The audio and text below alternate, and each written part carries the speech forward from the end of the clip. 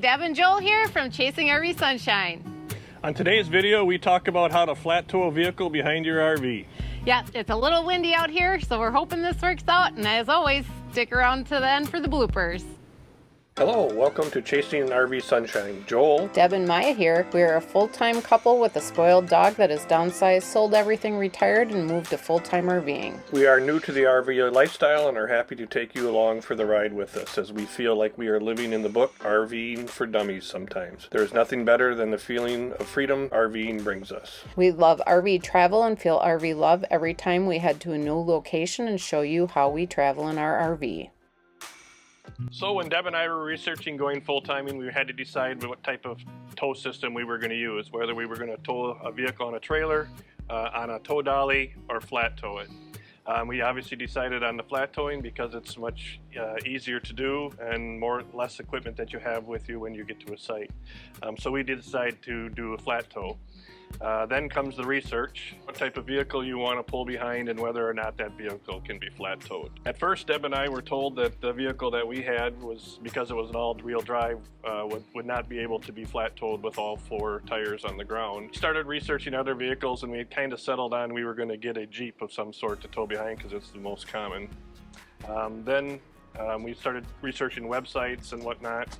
Then I decided to go to the one and only real place you can go to determine if the vehicle you have can be flat towed or not, the owner's manual.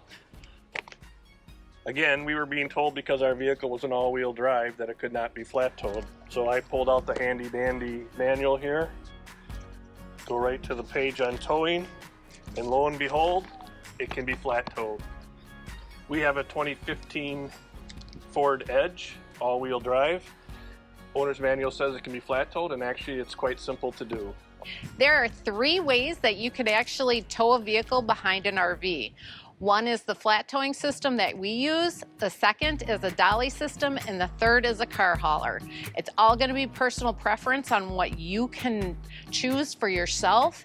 And as Joel said, we chose flat towing because it's the simplest and easiest. It might not be the cheapest, but we feel overall this gives us an advantage and an extra car to drive around when we get to fabulous locations.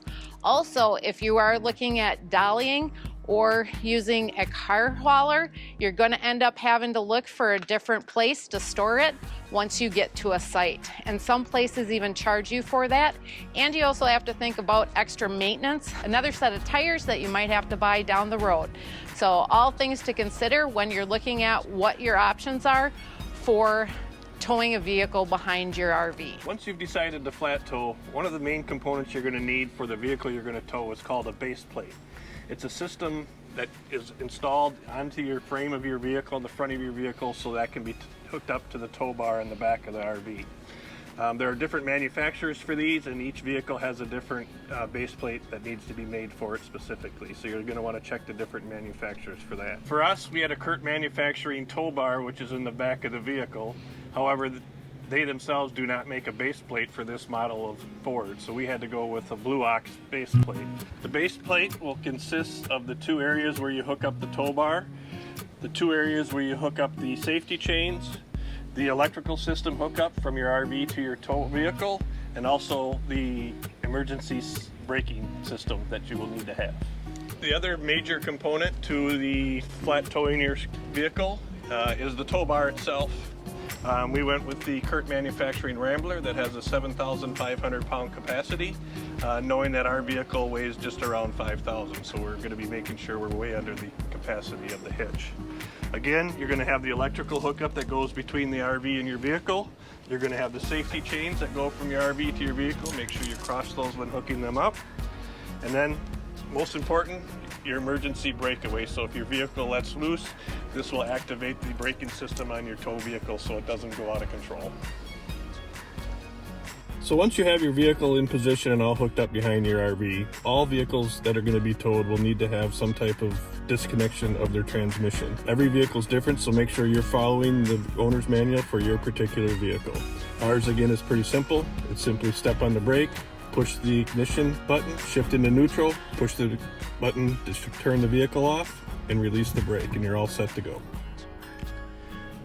When you're towing a vehicle, especially flat towing, almost every state requires that you have an auxiliary braking system. We're using the Brake Buddy Classic 3, which attaches to your brake pedal, and then when you actuate the brake in your rig, it actuates the brake on your vehicle, so it helps you slow the vehicle down so that your RV is not the only thing making your vehicle come to a stop. As with everything with the RV, safety always comes first. Using this auxiliary braking system will again help you stop the vehicle that you're towing behind you, and the last thing you want is your vehicle going out of control driving down a moat. Not to hold me down, feel alive when I'm in this town.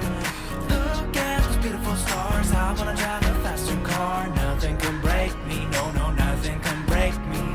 Try not to hold me down, feel alive when I'm in this town. Look at those beautiful stars, I wanna take a trip to Mars. Nothing can break me, no, nothing can break me.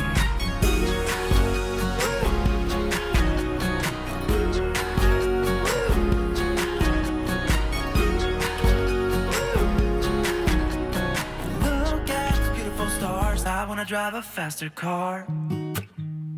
Lay my troubles to rest. Blow the smoke through my cigarette. City lights looking fine, and I know this is my time now.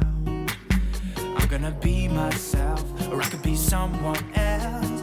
No one's stopping me now. I'm gonna skip my breaks, I'm gonna make mistakes. I just wanna feel alive.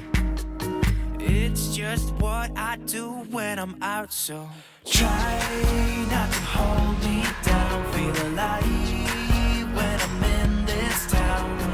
Look at those beautiful stars, I wanna drive a faster car. Nothing can break me, no. One of the most important things that you need to keep in mind while RVing is tire pressure and making sure that it's at the right setting, and also that any vehicle that you're in has the right load capacity. You can find this information on the tire wall of your vehicles and also on the sidewall here. When you open the door, it's right here saying what your actual tire pressure should be. You can also find your vehicle's weight on the panel outside the door as well. This information is very important, especially if you're towing it, as you need to know if your RV has that towing capacity or not, because you do not want to pull a vehicle behind your RV that the weight capacity doesn't allow it to be towed safely. Another great tip that we have given all of you is getting your vehicle weighed, not only your RV, but your actual tow vehicle as well, because you want to make sure that you're within the weight limits for both for safety reasons. If you haven't watched our video on getting our vehicle weighed and the RV as well, the Smart Weight from Escapees RV Club, we'll leave a link up here and down below so that you could see it. It's so important to need to maintain safety and be in the proper weights for the capability of towing. And what overall is the capability for our RV, and what is the weights? Yeah, so our RV is capable of pulling 10,000 pounds. However, we only bought a tow bar that is capable of towing 7,500, so you don't want to exceed that. And again, we had our vehicle Smart Weight, and it weighs 5,100 pounds, so we're well within all the limits. And the one question everybody has is probably, how much did it cost us to set our tow vehicle system up? For everything included, the base plate, the tow bar, all the wiring and hookups, was $2,945.56 fully installed. Yes, we actually think it was well worth the stuff that we've got. We did our research. There's some name brand ones out there. We went with Kurt Manufacturers, as they are made in Wisconsin. And they are owned by Lippert. Yes. Overall, we have really liked our system that we have set up, as we need a tow vehicle to get around because we're not driving our rig from place to place once we get somewhere. So it's very important for you to do your research and figure out what works for you. We know we passed along a lot of information, and deciding what to tow behind your RV is definitely a task in and of itself. But when all said and done, safety first, and it really isn't as hard as it looks to be. If you found this video useful, you know what you can do? Please comment below give us a thumbs up and hit that subscribe button. And ring the bell so you get notified when our next video is out. Yeah, comments are really helpful to the channel and our viewers and to the RV community as a whole. Remember, life is about collecting moments and not things, and you can always make your own sunshine. We'll see you on the next video. Yeah, you can make something out of that, I hope. I hope so. When you're flat towing a vehicle, almost every state requires that you have an auxiliary. When you're flat towing a vehicle, One of the most important things that you should consider while RVing is making sure that you're doing stuff. yeah. Maya, come here, come here, come here, come here, come here. Hey, we're almost done. We're almost done. Hey, come here. Hi, sit. Good girl. Also, if you haven't watched... Dog, we're gonna get your backside. Really, Yeah, come here. Come here. Come here. Come here, sit. Yeah, there you go. Yeah. Good girl. If you found this video useful, Comments really help out the channel and the RV community as a whole. Please feel free to leave any comments that are useful.